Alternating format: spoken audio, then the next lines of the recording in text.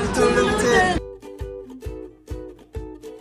Lúc này thì tôi đang có mặt tại thành phố Luton. Hôm nay là một ngày rất đẹp, trời nắng và bầu trời rất là xanh. Và bây giờ thì chúng ta sẽ nói chuyện với các bạn sinh viên đang học tại đây. Đây là những sinh viên của khoa đào tạo quốc tế trường Đại học Ngoại thương. Chào các em. Bây giờ có rất nhiều người đang theo dõi đoạn clip ngày hôm nay, đặc biệt là những bạn sinh viên mới, các thế hệ sau của các em. Thì thầy muốn mỗi bạn sẽ nói một câu cảm nhận của mình về thành phố Luton, nơi các em đang học ở đây, trường đại học Bedfordshire. Thì ở Luton này có cái điểm gì mà các em cảm thấy ấn tượng nhất? Có thể là điểm mình thích nhất hoặc có thể điểm mình không thích nhất là gì? Luton là một thành phố rất là thích hợp để mình học, vì rất là yên bình. Yên bình. Rồi, chữ đầu tiên yên bình, thế còn Thành? Bên cạnh cái yên bình ra thì qua đây em học được nhiều cái văn hóa bên đây nó khác rất nhiều so với Việt Nam. Em thích nhất trong cái văn hóa ở bên Anh này là gì? Cuộc sống bên này thì mọi người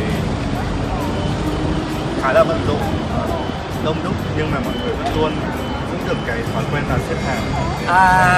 Rồi cái này thầy thấy là các bạn phải chú ý vào đúng không? Bình thường bên Việt Nam có nhiều bạn là quên mất xếp hàng. Thế My thì sao? Thích nhất điều gì? Em thích nhất là kiểu tiếp xúc với rất nhiều bạn mới ạ. Bạn là bạn Việt Nam hay bạn quốc tế? Bạn quốc tế ạ. Thế em có bạn mới quốc tế nào mà em chơi thân không? Có một người bạn Trung Quốc ạ. Bạn Trung Quốc à? Rồi. Đấy là một cái để các bạn thích. Thế còn Tiến thì sao? Theo em thấy thì Luton là một thành phố tuy yên bình nhưng về giao thông thì rất là thuận lợi để mình có thể đến với London, và có những cái giao thông rất thuận lợi, cũng rất dễ dàng để có thể di chuyển và tới những nơi đi du lịch hoặc là tới sân bay Luton Airport. Thế ví dụ như mà thầy muốn đi từ Luton đến London thì sẽ có những cách nào để đi, và mỗi cách đi thì chi phí cũng như thời gian là khoảng bao lâu?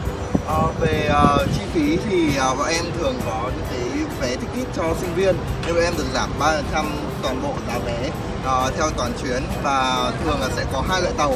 Một là tàu chạy thẳng không dừng thì sẽ chỉ mất khoảng 20 phút từ Luton để đến thành phố London. Dạ. 20 phút. Dạ. Quá nhanh. Còn nếu mà tàu mà dừng nhiều bến thì chúng ta mất khoảng 35 đến 40 phút. Nhưng mà mất bao tiền? Cũng giá thì như nhau, Bao nhiêu bảng? Hơn 10 đồng. Hơn 10 đồng. Hơn 10 đồng. Đến 13 đâu. Thế là ok, là return hay là return ạ. Thế ngon quá. Thế nếu thầy muốn đi bus thì ra đây thầy nhìn đến rất nhiều bus này.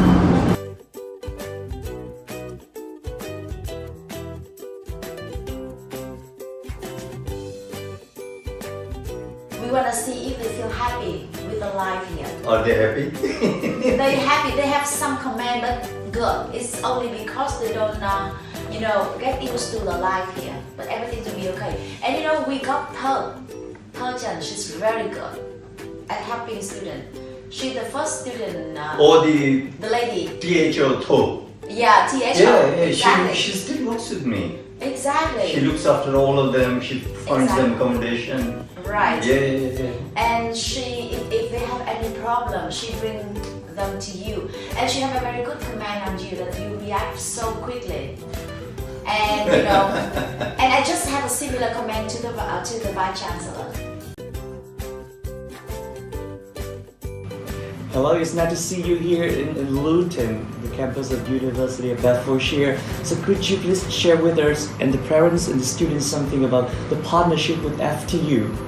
We've got a really strong partnership with Foreign Trade University. It's been working for a number of years. Many students from FTU have come to the university here at Bedfordshire, and the outcomes for them are really positive. We have a very strong focus on graduate employability. We want to support the students, and all the evidence shows that the Foreign Trade University students who come for their final year to the University of Bedfordshire do really well, and their employability is enhanced through that process. So we would like, at this university, which is a very international university, to welcome many more FTU students. Thank you for your cooperation and the support over the years.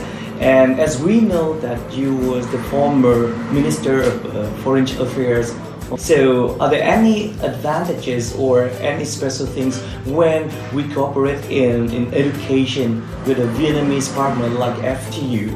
Yes, I was both a foreign minister, responsible for our relations with Vietnam, but also the higher education minister, where similarly I promoted the opportunities at British universities. when we work together and cooperate and provide opportunities for Vietnamese students to come and study internationally at the UK, in the UK, at the University of Bedfordshire, all the evidence shows that the outcomes for those students are really, really positive.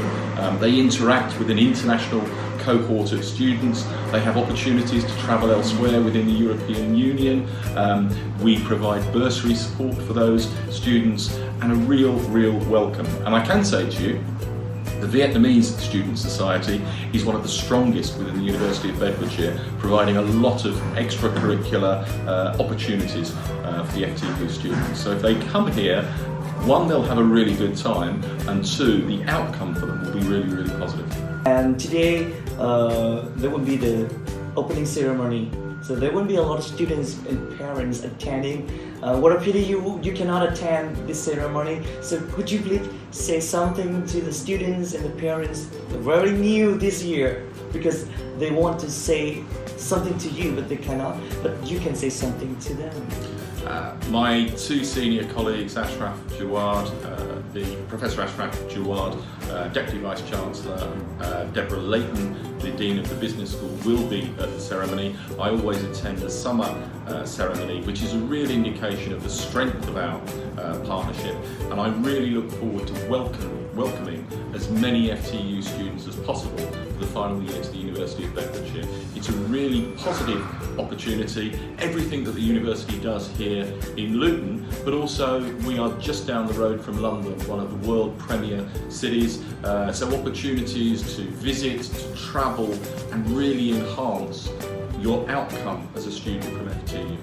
Thank you so much for this interview and hope to see you again very soon in Vietnam. I really look forward to it, and have a great day.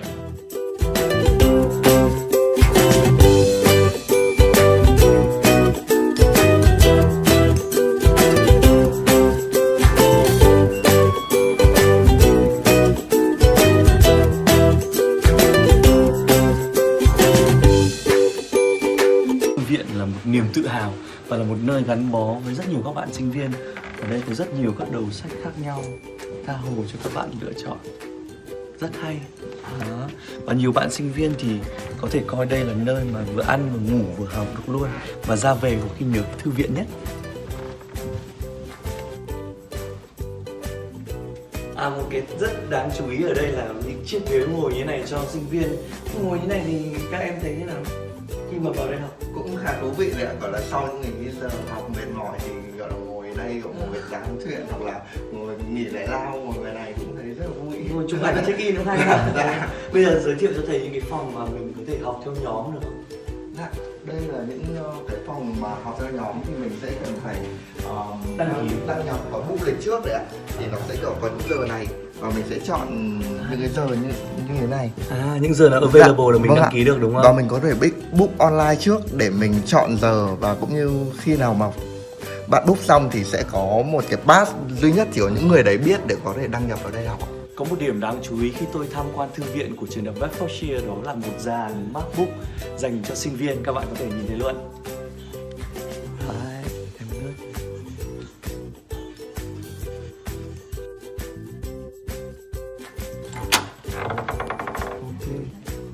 Ngồi cho nó tự nhiên. Đấy. Rồi, đây là tài khoản để in ấn và photo hả Tiến? Dạ đúng rồi ạ. Thế mỗi một lần em muốn photo và in ấn tài liệu trong thư viện thì giá tiền là bao nhiêu? 5 pen cho một trang giấy A4 thôi ạ. Dạ. Còn nếu mà in màu thì sẽ là 10 pen. Nhưng mà bí quyết kiểu sinh viên học ở đây là thường có dùng vào photo nhiều và in nhiều như thế, tốn tiền không, hay chụp hình lại vào cái điện thoại? Thường là các bạn dùng ebook đấy ạ, hoặc là mượn sách trên trường về, thì để hạn chế mình không phải in ấn nhiều, hoặc là chỉ in ấn những cái bài hoặc slide cần thiết khi mà mang lên khi mà giảng viên yêu cầu. Dạ. Okay. Mượn sách ở library thì khá là đơn giản mà, và các bạn có thể thấy là chúng ta chỉ cần đăng nhập bằng thẻ và chúng ta có thể đặt sách lên đây thì chúng ta có thể mượn được sách bất kỳ khi nào. Và tự nó sẽ quét và nó hiện lên danh sách các cuốn sách. Dạ, mình chỉ đặt lên đây ạ, thì nó sẽ tự hiện lên số cuốn sách mà mình đang mượn. Mình finish thì nó sẽ in cho mình cái receipt.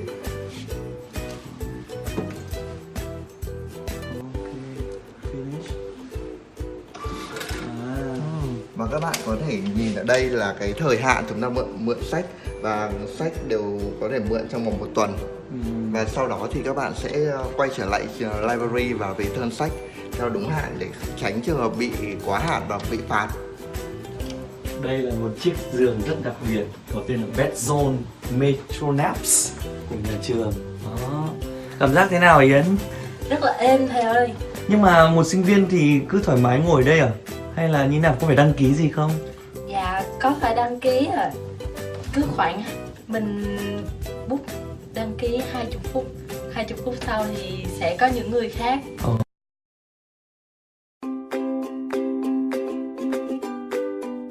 Cả hai bạn này ở đây đều có trải nghiệm ở ký túc xá rồi, nhất là bạn Bằng ở đây. Thì Bằng nói cho thầy là ở ký túc xá ở trường mình thì có cái ưu điểm gì nổi bật? Đầu tiên thì xét về vị trí địa lý thì ký túc xá khá là gần trường, vì Fitzroy Cross nằm ở cách sang bên kia đường của trường thì sẽ chỉ mất 1 phút là các bạn có thể đi đến main campus cũng như là library. Bên cạnh đấy thì cũng có khu Lee Ho là khu cách đây khoảng tầm 5 phút đi bộ. Thì ưu điểm của khu Lee Ho đó chính là khi mà các bạn ra đến ga tàu gọi là Luton Town Station thì các bạn cũng chỉ mất 1 phút mà thôi. Thế nhưng mà đi đến main campus thì các bạn sẽ mất từ 5 cho đến 7 phút. Vậy nên là ở các ký túc xá khác nhau thì sẽ có các ưu điểm và nhược điểm khác nhau. Ví dụ như Lee Ho thì các bạn sẽ phải share phòng tắm với các bạn flatmate của mình, cũng như là share bếp ăn chung.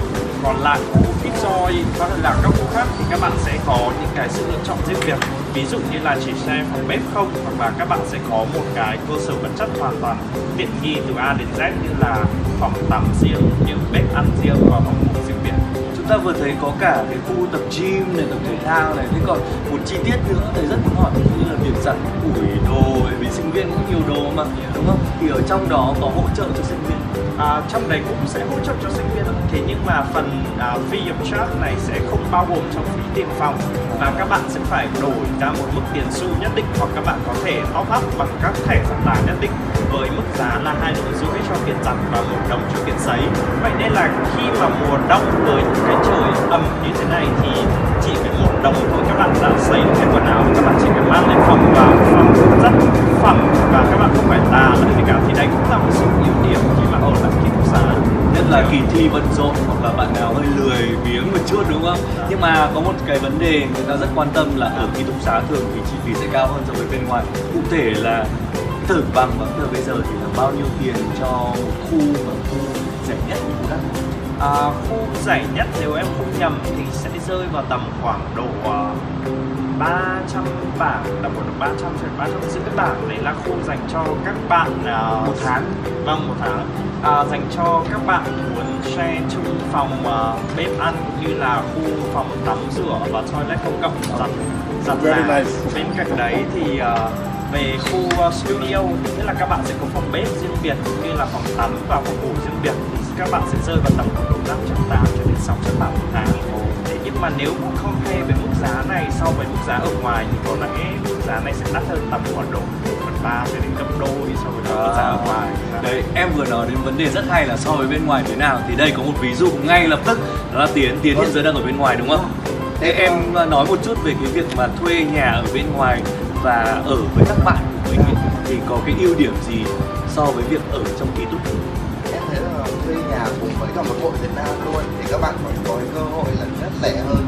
Thứ hai là có thể học nhóm cùng nhau tiện hơn, không phải mất thời gian lên thư viện, mà các bạn có thể chỉ cần tụ tập một cái phòng khách thôi, các bạn có thời gian học chung xong rồi chia sẻ chung. Và là vui nhất là khi mà rảnh rỗi thì có thể cùng nhau xem phim, cùng nhau nấu ăn, hay là gọi là gắn kết hơn tình cảm giữa các bạn. Ví dụ Việt Nam xa nhà thì các bạn thường là cái nhớ nhà nhiều, thì khi mà có cùng những người Việt Nam ở với nhau thì sẽ vui hơn. Với cả đặc biệt là khi đi học thì có đỡ khắc hạn, vì nhiều bạn khi mùa đông tới thì sợ là mùa đông tuyết thì sẽ lười đi học, vì mà cả nhà cùng nhau cùng đi thì không thể nào ai nghỉ được, không thể mất bài. Nghe gọi cả nhà nghe cứ giống như là người thân trong gia đình ấy nhỉ, đúng không? Nhưng mà cho thầy hỏi là cái việc tìm được một cái nhà để thuê bên ngoài nó có khó không? Bởi vì nếu mới sang mà không biết thông tin gì đâu có phải là đi thuê là thuê được ngay, đúng không? Và thứ hai nữa là mình làm sao để tìm được những cái bạn cùng với mình để mình share á. Cụ thể hiện giờ em ở thì là mất bao nhiêu tiền một tháng? Em ở thì một tháng thì thuê là 300 bảng, và kiểu là nếu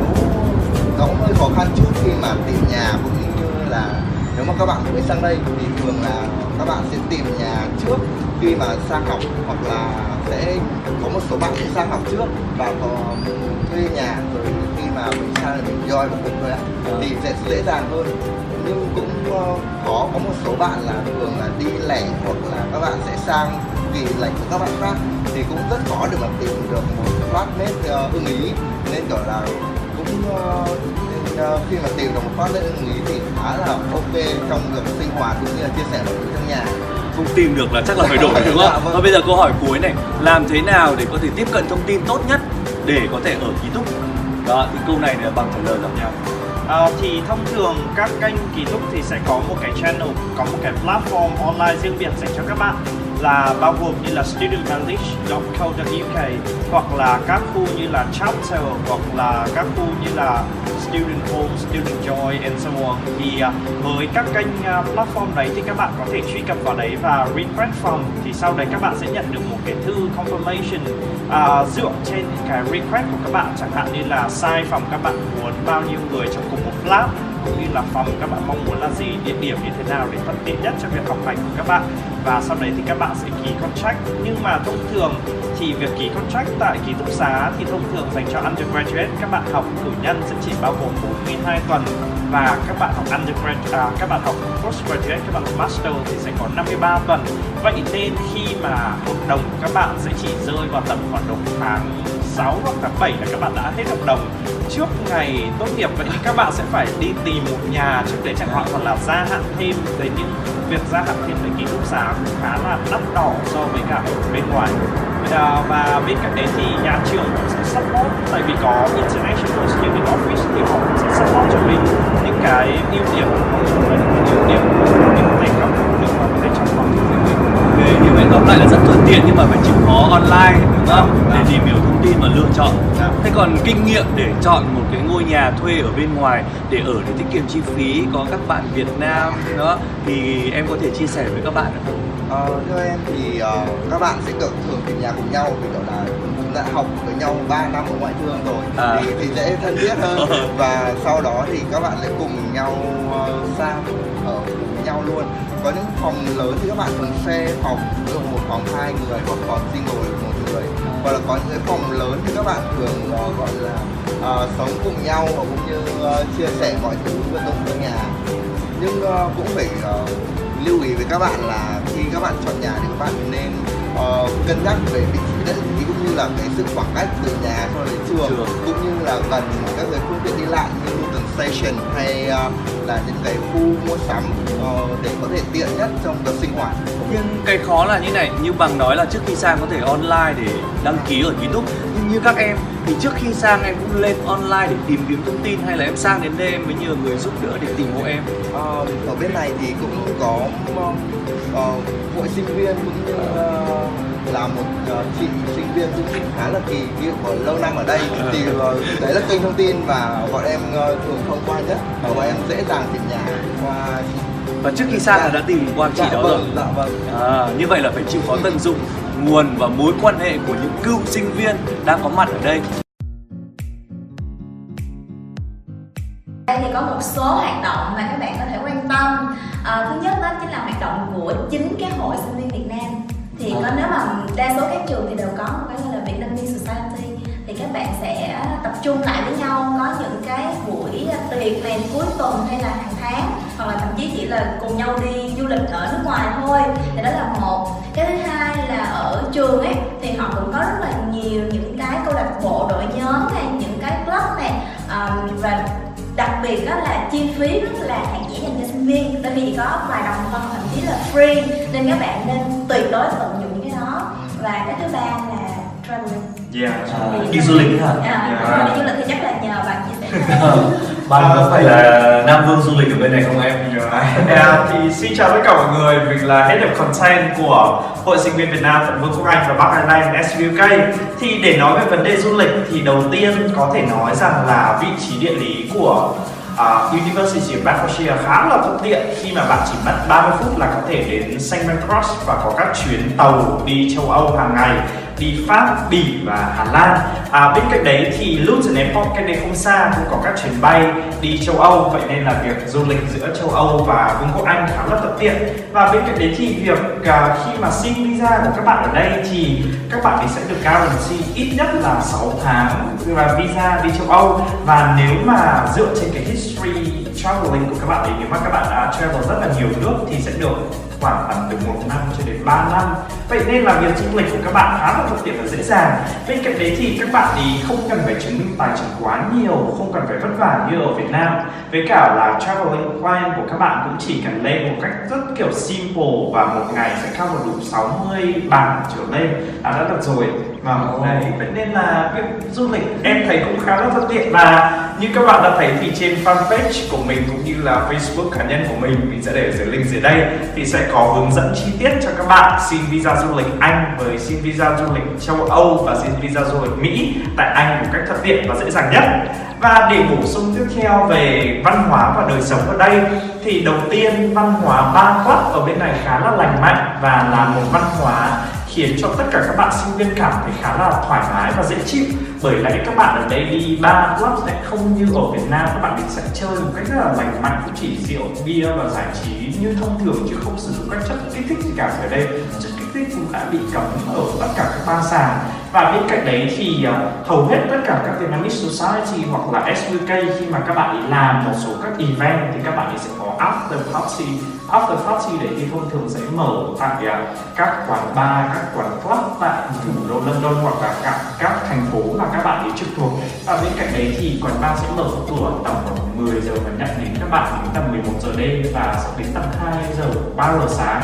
Và bên cạnh đấy Fresher Week cũng như là graduation party hoặc back to school party của các bạn ấy dựa trên những student union khác nhau cũng sẽ có các hoạt động bar club dành cho tất cả các bạn và đều free entry cho tất cả các bạn, nên là việc vui chơi giải trí cũng khá là thoải mái.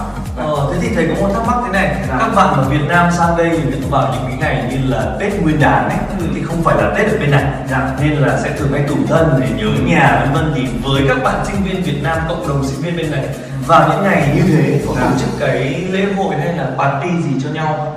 Dạ, chắc chắn là có, bởi vì Tết mà không tổ chức gì thì nhìn ở nhà sẽ rất là tủi thân. Đa số các bạn ở đây đều sẽ đi du học rồi, cho nhiều bạn rất là mê nhạc trẻ, bạn đều sẽ nghe bài hát Xuân Này Con Không Về.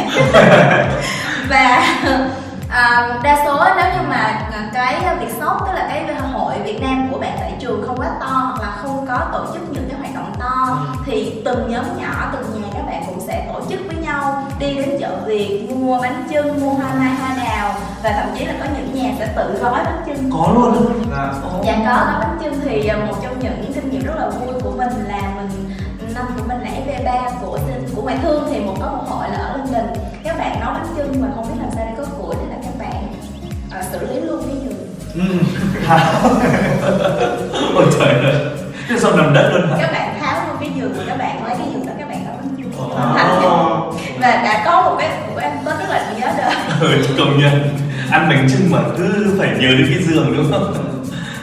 Bên cạnh đấy thì Đại sứ quán Việt Nam cũng chính là nơi mà sẽ có tổ chức Tết Sum Vầy cũng như là Tết dành cho cộng đồng người Việt Nam tại đây với sự tổ chức với sự góp ý cũng như là tổ chức của Hội Sinh viên Việt Nam và Hội trí thức trẻ Việt Nam tại Vương quốc Anh là Vietpro và SUK.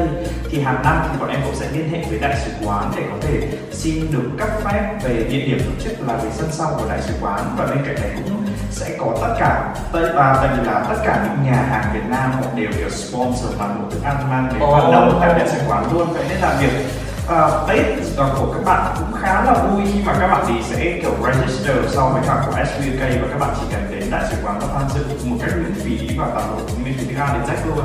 Ngoài ra nhé, bởi vì mình là dùng lịch chung với cả Tết của người Trung Quốc thì tất nhiên tất cả các bạn đều biết là người Trung Quốc thì ở đâu họ cũng có những cái Chinatown, những cái khu của người Trung Quốc và họ cũng ăn Tết giống như mình, nên nếu như mà không có nấu nướng tại nhà, không có đi những cái buổi tiệc tùng của cộng đồng người Việt Nam thì bạn hoàn toàn có thể đến Chinatown thì bạn sẽ thấy rất là nhiều lồng đèn các kiểu, không biết là Tết rất là truyền thống thì enjoy lắm. Và thầy thấy nhiều nơi còn có cả múa sư tử, múa lân các thứ vân vân. Chỉ có một điều quan trọng thôi là các bạn đừng có shy, đừng có ngại ngần mà phải biết mở rộng lòng mình ra về tận hưởng những chi tiết, những cái sự kiện và những hoạt động đó thôi, đúng không? Nhưng mà vừa rồi là cái hoạt động ăn chơi nhảy múa này, Bằng có nói đến du lịch châu Âu, nhưng mà ngay trong nước Anh thầy nghĩ là có quá nhiều điểm để đi, thì không biết hai bạn có recommend, có đề xuất gì cho những bạn mà đang rất thích khám phá Anh Quốc? Trường Bedfordshire nhá, không biết trường khác như thế nào nhưng mà riêng Bedfordshire là gần như tổ chức rất nhiều những chuyến đi tham quan dành cho sinh viên hàng năm. Thì năm của mình học á, là mình đi gần như là hầu hết nước Anh và đi với trường, và bạn biết không, chi phí năm của mình chỉ có 5 đồng thôi, 5 đồng thôi. Mình đi nhá, đi Shakespeare Village này, đi Manchester này, đi Liverpool này, đi Brighton này, đi rất là nhiều nơi, và thậm chí là có cả đi châu Âu với chi phí rất là thấp. Thì bạn nên chủ động, bởi vì số lượng vé của những cái chuyến đi như thế nó có hạn. Và có lẽ rằng về việc du lịch tại nước Anh thì thông thường chi phí vẫn là một điều khá là quan trọng mà các bạn ấy cảm thấy khá là concern khi mà trước khi bắt đầu du lịch. Thì bên cạnh đấy thì với kinh nghiệm là cựu sinh viên của chúng mình thì chúng mình sẽ recommend các bạn sẽ có một thẻ Rail Card 16 cho đến 25 tuổi, và với thẻ Rail Card đấy thì các bạn sẽ được giảm giá 30% cho tất cả các chuyến rail service để đi từ thành phố Luton. Bởi lẽ thành phố Luton cũng có cái sự, khi mà toàn nước Anh họ đã có một cái sự kết nối nhau bằng rail service, bằng tàu hỏa rất là thuận tiện, vậy nên là việc đi lại giữa các thành phố chỉ mất tầm vài tiếng đồng hồ là các bạn có thể đến được chính thành phố đấy. Thì nghĩ đấy cũng là một điều khá là thuận lợi. Ở đây nói về giá cả giống như bạn vừa nói thì là thượng vàng hạ cánh cũng có. Nếu mà bạn còn muốn tiết kiệm hơn nữa thì bạn sẽ đi hệ thống Megabus, mình có thể đi rất xa chỉ với giá 5 đồng mà thôi. Xịn hơn xíu nữa bạn có thể đi Coast Express, sang đến mà đi train. Như vậy là chỉ việc là xách ba lô lên và đi. Chi phí là vấn đề. Ok, cảm ơn hai bạn rất nhiều nhé.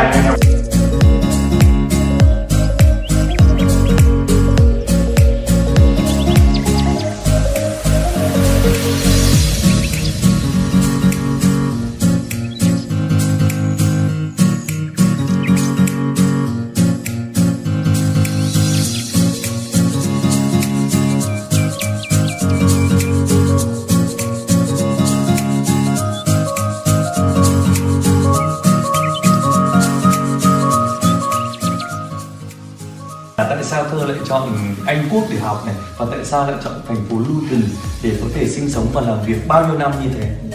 Cảm ơn câu hỏi của thầy Duy. Thì thật ra là ban đầu thì cũng không có nhiều thông tin như các em sinh viên những khóa gần đây. Chỉ biết là mình đi Anh thì cảm thấy thích hơn Mỹ, không biết tại sao, nhưng mà trong đầu của mình thì nghĩ là Anh nghe cái gì nó sang chảnh hơn Mỹ, và nghe được đi Anh thế là thích. Và cuối cùng là ở lại đây rất lâu. Và cái quãng thời gian em ở đây này, học tập, sinh sống và làm việc này, thì em thấy cái điểm gì nó cuốn hút em mà em lại gắn bó lâu như vậy? Thật ra thì cũng không biết nói như thế nào, bởi vì cũng là một câu chuyện rất là dài. Nhưng mà cho đến thời điểm hiện tại thì em ở đây được 6 năm, và đến thời điểm bây giờ thì vẫn cảm thấy rất là thích. Chưa thấy chán ở Anh và cũng như là chưa thấy chán ở Luton. Nếu mà nói là lý do tại sao thì chắc là có nhiều yếu tố, nhưng mà ví dụ như là ở đây người ta rất là nói như này nè, khá là độc lập, thân thiện này, và mọi thứ nó rất là đạt một cái quy chuẩn nhất định mà mình có thể giống như là làm mọi việc này, học tập này, đi làm, mọi thứ mình tự mình làm, mình không phải bị ảnh hưởng nhiều quá bởi gia đình và bạn bè, nên mình thấy khá là thích hợp với bản thân mình. Thế sau một quá trình mà học tập từ trường ngoại thương này, rồi từ trường Bedfordshire này, em thấy rằng nó đã chuẩn bị cho em một bước đệm như thế nào để bây giờ em có thể tự tin sống trong một cộng đồng của người bản xứ và làm việc được ở đây? Thật ra thì trường Đại học Ngoại thương là một trong những cái bàn đạp đã trao cho em một cái cơ hội rất là lớn để tiếp cận được một cái nền giáo dục và giống như là cuộc sống ở Anh. Ban đầu thì em cũng không biết là trường ngoại thương có cái chương trình hợp tác với Anh. Em chỉ biết là thi đại học thì em phải vô ngoại thương, đó là nghĩ như vậy thôi. Rồi đến khi nhận được giấy báo thì là điểm Văn Văn đủ để vào chương trình này. Thì đó là một cái bước đầu tiên mà phải nói là cảm ơn, rất là cảm ơn trường Đại học Ngoại thương đã tạo một cái cơ hội to như vậy. Là một. Cái thứ hai là cái điều kiện mà học 3 năm ở trường rồi lại 1 năm cuối sang đây á, thì thấy nó rất là phù hợp với các bạn sinh viên chưa có sự chuẩn bị nhiều để đi nước ngoài. Bởi vì 3 năm học ở nhà thì chúng ta có thời gian tiếp cận với cái chương trình tiếng Anh 3 năm học 100% tiếng Anh, và cái chi phí nó cũng nhẹ nhàng, mình có cái thời gian mình chuẩn bị thôi, mà mình có cái tâm thế là năm thứ 3 là năm cuối là mình sẽ đi. Thế còn sang đây thì thầy nghĩ rằng là bên cạnh việc học này và chuẩn bị từ phía ở Việt Nam này, thì các bạn cũng sẽ chú ý đến việc là có đi làm thêm được không? Bởi vì để trang trải chi phí và để có thể được cọ sát vào cuộc sống rồi nâng cao cái khả năng tiếng Anh của mình, thì em là một người rất có kinh nghiệm và thầy biết được rằng là Thơ đã giúp cho rất nhiều em xin được công việc làm thêm ở bên này. Thì em chia sẻ một chút đi, sinh viên Việt Nam sang đây cơ hội để được làm thêm và kiếm thu nhập có nhiều hay không? Nói về việc làm thêm, sinh viên Việt Nam có đi làm được hay không? Thứ nhất là được, bởi vì visa khi mà bạn học đại học thì sẽ được làm ít nhất là 20 tiếng, sẽ được làm 20 tiếng một tuần trong thời gian đi học, và được làm full time khi thời gian nghỉ, những cái kỳ nghỉ hoặc là nghỉ hè thì mình được làm full time. Cho nên đầu tiên là mình được đi làm.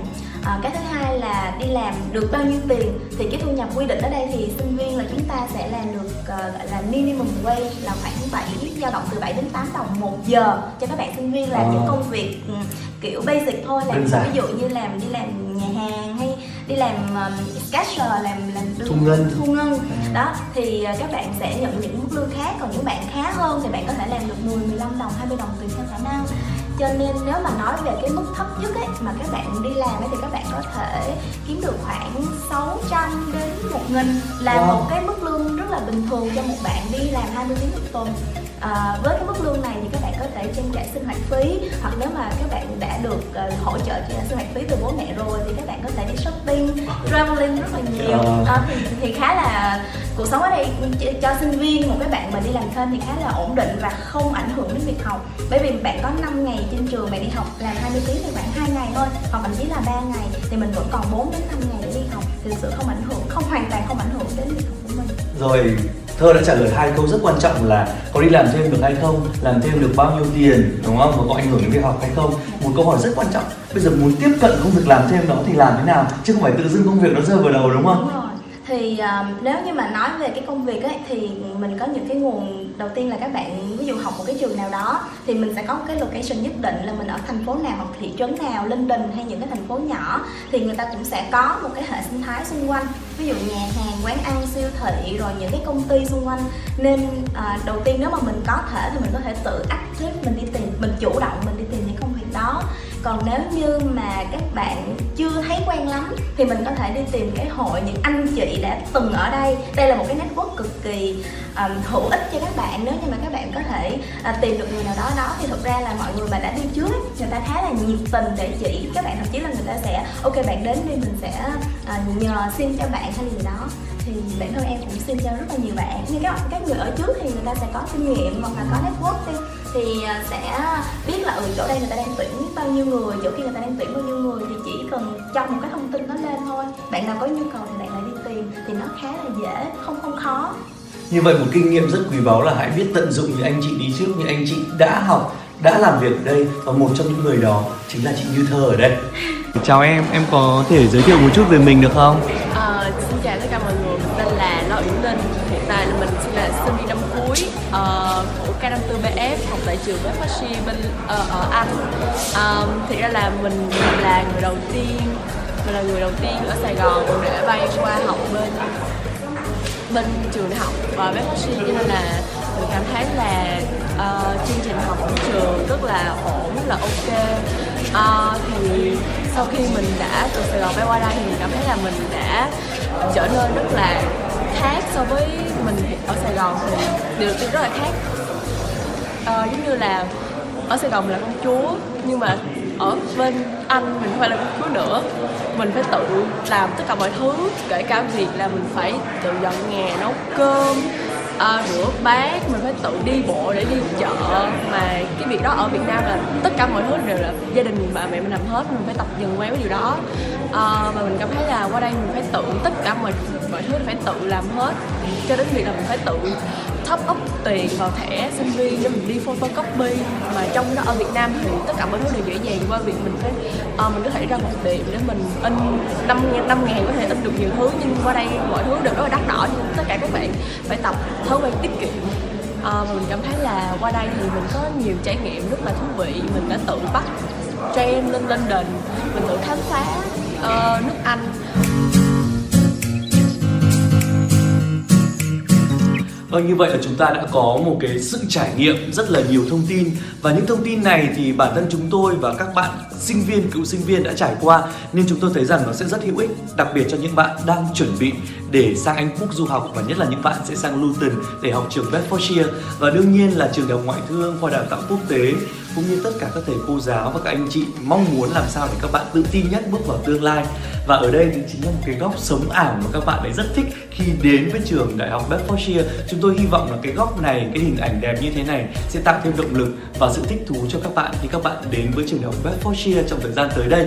Và ngày hôm nay chúng tôi đã làm một clip mặc dù không phải là quá chuyên nghiệp, bởi vì tất cả đều là do chúng tôi này, các bạn là cựu sinh viên, các bạn sinh viên, và thực hiện bằng một chiếc iPhone thôi. Nhưng chúng tôi với mong muốn tình cảm và sự quan tâm này thì các bạn sinh viên sắp tới sẽ có được những trải nghiệm tốt nhất, sẽ có được những quãng thời gian mà tôi nghĩ là không thể nào quên được trong cuộc đời của các bạn. Và chúc các bạn sẽ có một cuộc hành trình đến với Luton, đến với trường đại học Bedfordshire thật nhiều những trải nghiệm, và chúc các bạn sẽ luôn thành công trong học tập và trong cuộc sống.